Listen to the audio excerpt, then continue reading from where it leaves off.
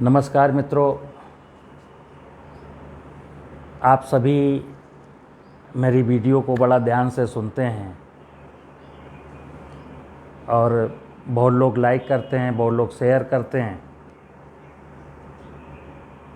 और ये मानवीय कार्य है। और मैं चाहता हूँ कि जितने लोगों को ये विचार अच्छे लगें, ज़रूरी नहीं कि आप मुझे पसंद करें, ये विचार ऐसे हैं, ये विचार जन जन तक जाने चाहिए।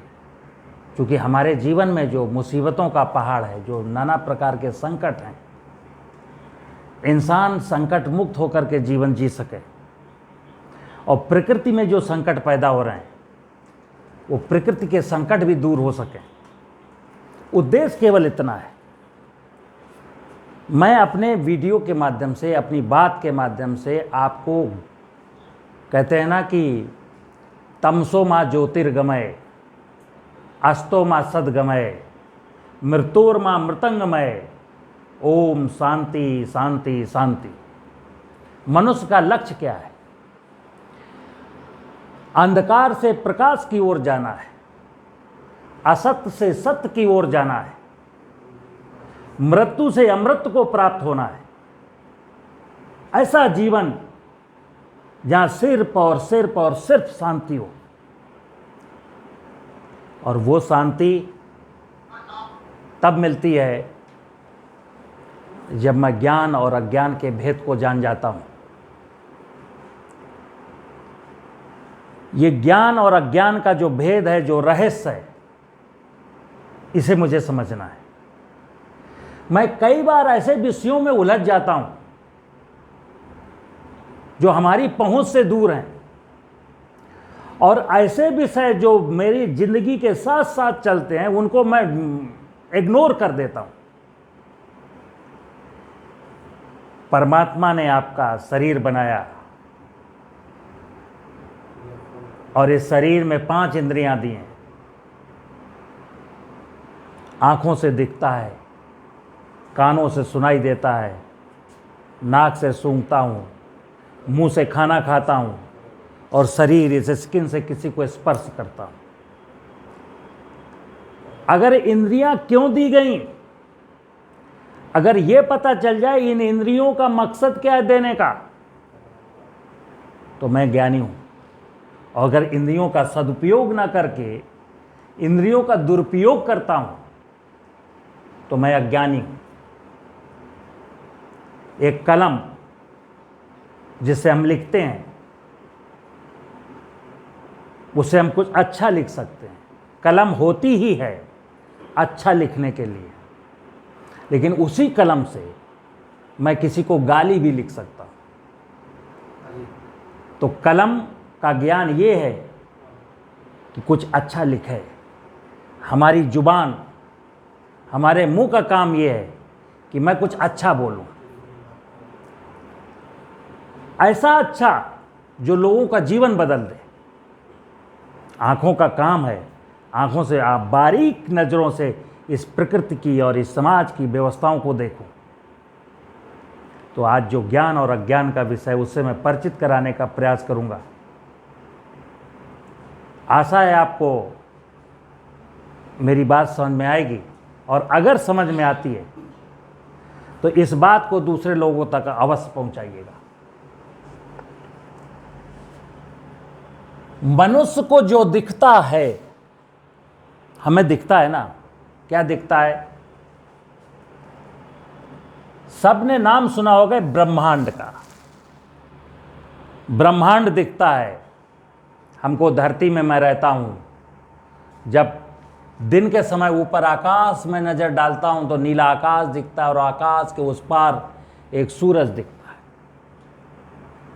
रात को जब आकाश पर नजर डालता हूं तो मुझको चंद्रमा दिखता है, तारे दिखते हैं, राहु दिखता है, केतु दिखता है, सप्तऋषि दिखते हैं, ध्रुव तारा दिखता है, असंख्य तारे जिनका नामकरण संस्कार तक आज तक नहीं हो पाया है। तो जो हमको आंखों से दिखता है उसको क्या कहते हैं? ब्रह्मांड। और जो आंखों को दिखता है वो केवल 5% दिखता है। अनंत आकाश में कितनी ऊंचाइयों में और कितनी चीजें हैं हमको नहीं दिखती, मुझे देखनी भी नहीं है। हमें तो वो देखना है जो मुझे दिखता है। तो ये हमको ब्रह्मांड में ये तारे दिखते हैं, चंद्रमा दिखता है, सूरज दिखता है, ग्रह दिखते हैं, और सब ने सुना है, सब जानते हैं कि सूर्य एक केंद्र बिंदु है। इस सूर्य के चारों तरफ हर ग्रह अपनी अपनी कक्षा में चक्कर लगाता है। धरती भी एक ग्रह है, धरती भी सूर्य की कक्षा में चक्कर लगाती है। तो मुझे केवल इतना देखना है, एक तो ये दिखा, सूरज दूर से दिखा, चंद्रमा दूर दिखता है, तारे दूर दिखते हैं, लेकिन जिस ग्रह में मैं रहता हूं, धरती नजदीक से दिखती है। तो एक तो ये दिखता है, सप्तऋषि हैं, ध्रुव तारा है, मंगल है, राहु है, शनि है, बृहस्पति है, चंद्रमा है, ये ब्रह्मांड है, ये दिखता है। फिर एक भूमंडल है। भूमंडल का मतलब पृथ्वी और पृथ्वी के आसपास। अब यहां विषय आता है ज्ञान का। सूरज दिखता है, सूरज के साथ मैं कुछ अच्छा या बुरा नहीं कर सकता।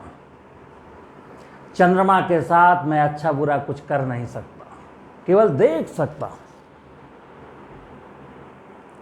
लेकिन जिस ग्रह में मैं रहता हूं, जिनके नजदीक, जो मेरी पकड़ में है, जिनको छू सकता हूं, नजदीक हूं, उनके साथ मैं कुछ अच्छा भी कर सकता हूं, कुछ बुरा भी कर सकता हूं। तो मुझे ज्ञान क्या है? एक शब्द है ज्ञान, एक अज्ञान। जो भूमंडल, हम भूमंडल में जीते हैं, भूमंडल के बारे में कुछ पता नहीं। भूमंडल में अनेक प्रकार के जीव जगत की इकाइयाँ हैं, उनके बारे में जानता नहीं हूँ, तो मैं अज्ञानी हूँ। और जो इस भूमंडल की पूरी व्यवस्था को जानता है, समझता है, वो ज्ञानी है। भूमंडल को नहीं जानता, वनस्पतियों के बारे में ज्ञान नहीं है, जीवों के बारे में ज्ञान नहीं है। जलाशय का और बारिश का क्या संबंध है? बारिश क्यों जरूरी है? बारिश कैसे होती है? ये विषय नहीं जानता। और फिजिक्स का जानकार है, केमिस्ट्री का जानकार है, वो अज्ञानी है।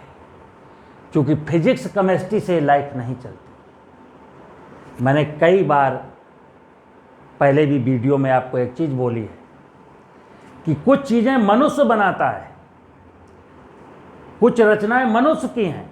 जो भौतिक संसाधन हैं वो मनुष्य ने बनाए हैं। मनुष्य अपना पूरा दिमाग वहाँ लगाए, उसमें जितना अच्छा से अच्छा रिसर्च करना हो रिसर्च करे। लेकिन जो रचना परमात्मा की है, जो रचना प्रकृति की है, उसमें अपना दिमाग ना लगाए, यही ज्ञान है। और जो प्रकृति की व्यवस्था में अपना अतिरिक्त दिमाग लगाता है और अपने निजी स्वार्थों के लिए, वही अज्ञानी है। और आज के परिप्रेक्ष्य में, आज की तारीख में, इस कलयुग में, इस भौतिकवादी युग में मनुष्य क्या कर रहा है?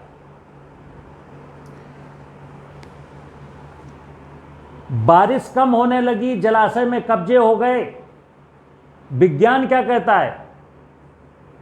डोंट वरी, टेक्नोलॉजी है ना, और नीचे बोरिंग करेंगे, सबमर्सिबल लगाएंगे, पानी निकाल लेंगे। पेड़ काट दिए, अब ऑक्सीजन सिलेंडर लेके घूम रहा, ये विज्ञान है। ऑक्सीजन कोई बना नहीं सकता। ऑक्सीजन या हवा में है या पानी में है? नहीं साहब, इसी वायुमंडल की पेड़ों के द्वारा उत्सर्जित ऑक्सीजन को सिलेंडर में भरना, पेड़ नहीं लगाना तो सिलेंडर में भरना, हवा को, ऑक्सीजन को सिलेंडर में भरना, ये अज्ञानता है। और ऑक्सीजन कौन पैदा करेगा, उसके लिए कितने पेड़ लगाए जाएं, ये ज्ञान है। पानी कैसे ज़्यादा बरसे ताकि जलाशय भर जाएं, भूगर्भ जल ऊपर आ जाए, ये ज्ञान है। और पानी ना बरसे और हम 500 फुट से भी पानी निकाल लेंगे, ये अज्ञान है। तो आइए मैं इस चार्ट के माध्यम से आपको भूमंडल के बारे में बताता हूँ। दो भूमंडल की जब बात करते हैं तो ये कहते हैं छितजल पावक गगन समीरा।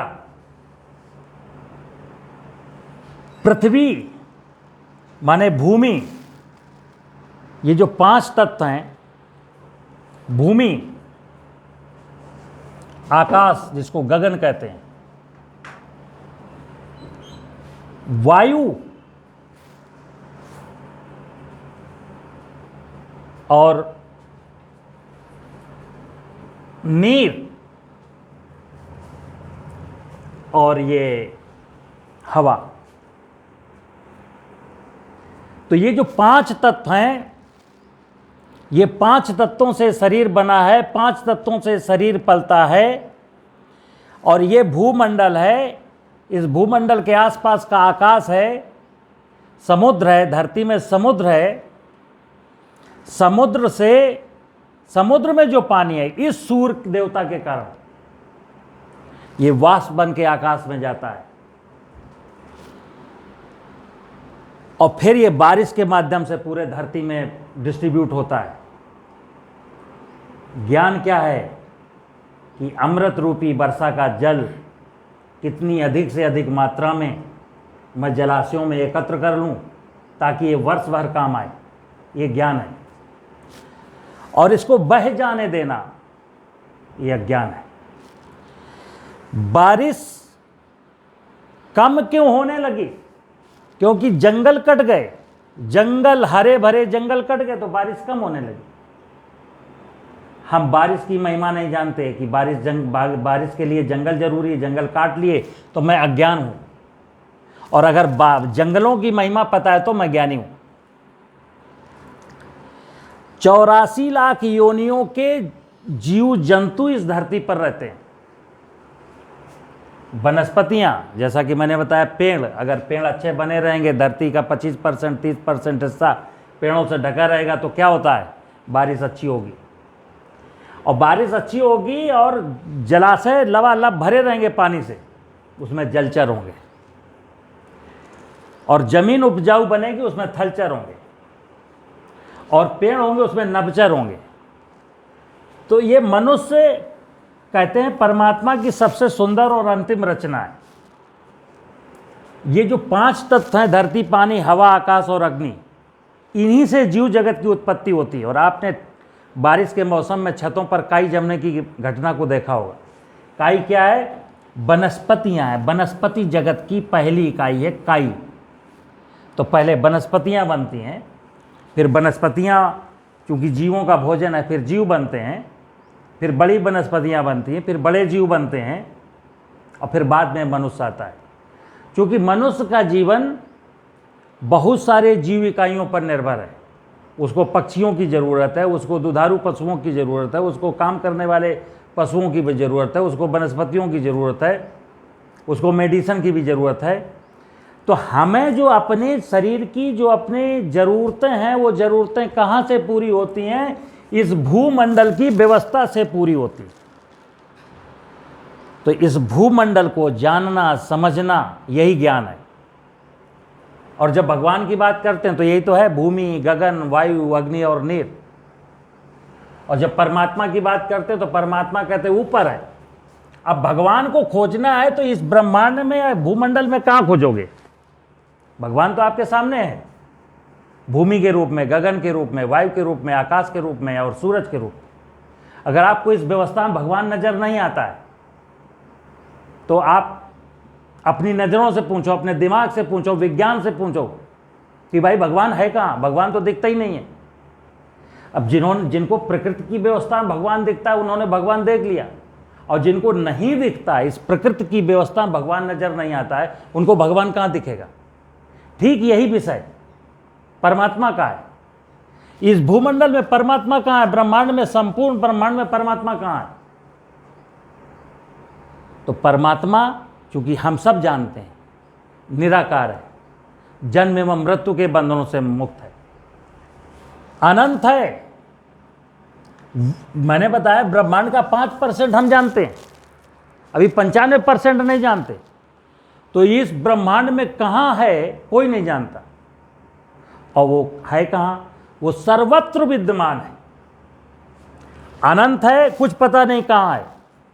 ईश्वर है, अपने वैभव में सजा हुआ है। ये जो पूरी परमात्मा की या प्रकृति की जो ब्रह्मांड की व्यवस्था है, इसमें अपने आप में सजा हुआ है, कण कण में है, ऐसी कोई जगह नहीं है जहां ना हो। और आपके अंदर तो है ही आत्मा के रूप में, उसको निराकार कहते हैं, उसको प्रकाश कहते हैं, उसको ऊर्जा कहते हैं। कहते हो परमात्मा अगर ऊर्जा है तो थोड़ी देर के लिए मान लो ये सूर्य परमात्मा है, और आप कहो कि नहीं सूर्य परमात्मा नहीं है। अगर सूर्य को माइनस करो, अपनी जिंदगी से सूर्य को माइनस करो, तो बताओ फिर परमात्मा कहाँ है? तो मैं कहता हूं सूर्य परमात्मा। अगर आप प्रकाश और ऊर्जा की बात करते हो तो सूर्य को परमात्मा मान लो। निराकार की बात करते हो, चूंकि जन्म एवं मृत्यु के बंधनों से मुक्त है, वो निराकार है, उसका कोई आकार नहीं है, तो ये मान लो कण कण में है, या मान लो ये शून्य क्षेत्र में है। वो है, उसके सत्य को कोई ठुकरा नहीं चल सकता। उसकी मर्जी से हवा नहीं चलती, उसकी मर्जी से के बिना बीज नहीं जमता, उसकी मर्जी के बिना मेरी सांस नहीं चलती। तो मित्रों, ये जो ज्ञान और अज्ञान का विषय है, अब हम करते क्या हैं कि मैं जिस भूमंडल में रहता हूं, उस भूमंडल में नदी का क्या रोल है? हमने नदी को में बांध बना लिया, पहाड़ों को नष्ट कर दिया, बायोडाइवर्सिटी को नष्ट कर दिया, जमीन की उर्वरता को नष्ट कर दिया, और फिजिक्स को, केमिस्ट्री को और चिकित्सा विज्ञान को विज्ञान मानते हैं आप। ये सारे अज्ञान के विषय हैं। मनुष्य के जीवन में जितनी भी समस्याएं हैं, ये सब अज्ञानता ने पैदा की। विज्ञान के पहले अगर हम इस भूमंडल के विज्ञान को जान जाएं, इस ब्रह्मांड के विज्ञान को जान जाएं, तो फिर मेरे केमिस्ट्री भी सार्थक है, फिजिक्स भी सार्थक है, और मेडिकल साइंस भी मेरे जीवन में सार्थक है। और अगर मैं इस ब्रह्मांड और भूमंडल की व्यवस्था को नहीं जानता हूँ, जड़ एवं चेतन जगत के आपसी रिश्तों को नहीं जानता हूँ, तो फिर मैं चाहे जितना शिक्षित हो जाऊँ, मेरे जीवन में हमेशा अंधकार रहेगा। तो मुझे अंधकार से अगर बाहर निकलना है, तमसो मा ज्योतिर्गमय, तो मुझे इस ब्रह्मांड और इस भूमंडल के बारे में समझने की थोड़ी सी ज़रूरत है। और आज तक जो इंसान ने समझा है, मात्र 2% समझा। समुद्र की कितनी गहराई है, समुद्र में धरती से ज़्यादा वनस्पतियाँ समुद्र में हैं। जो मनुष्य को चाहिए वो धरती से 50 गुना ज़्यादा भी समुद्र में। लेकिन अच्छा है कि कुछ कम जानता है। अगर ये मनुष्य जान जाए कि अभी धरती में ये भी है, तो उसको भी खोद के निकाल लेगा। मनुष्य का जीवन अभी इसलिए टिका हुआ है कि अभी बहुत कुछ नहीं जानता है। और ज्ञान अज्ञान का भेद ये है कि हमको जानना तो है, उसका दोहन नहीं करना, उसका संरक्षण करना है, उसका संवर्धन करना है। जड़ जगत की इकाइयों का संरक्षण करना है और जीव जगत की इकाइयों का संवर्धन करना है। हमको कोई बीमारी होगी नहीं। अगर इस प्रकृति में मेंढक है, इस प्रकृति में छिपकली है, कछुआ है, सांप है, बिच्छू है, सब कुछ है, तो हमारी बीमारियां कम हो जाएंगी, हमारे बहुत से संकट कम हो जाएंगे, क्योंकि मुझे पता ही नहीं है। आज मच्छर से हाहाकार मचा है, लोग गुड नाइट ऑल आउट जला के सोते हैं। और जब मेंढक था, जब हमारे इस नेचर में मेंढक था, तब मच्छरों का इतना आतंक नहीं था, क्योंकि मेंढक मच्छर पर नियंत्रण बनाए रखता है।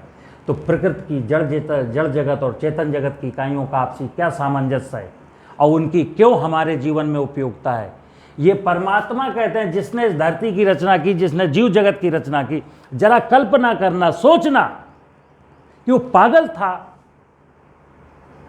इस प्रकृति में एक भी इकाई ऐसी नहीं है जो अकारण हो, जिसका कोई मतलब ना हो। सबका मतलब है, बस मेरी नज़र का धोखा है कि मैं किसी को दुश्मन मान बैठा। इस प्रकृति में अगर आज की तारीख में कहते तो यूं है कि मनुष्य परमात्मा की सबसे सुंदर और अंतिम रचना है, लेकिन आज के परिवेश में अगर इस प्रकृति में कोई इकाई किसी की दुश्मन है तो मनुष्य है, अन्यथा कोई इकाई दुश्मन नहीं है। तो मित्रों, आशा है आपको विषय समझ में आया होगा। अगर ये विषय ठीक है, आपको अच्छा लगता है तो शेयर करें, लाइक करें। मकसद एक ही है, मकसद एक ही है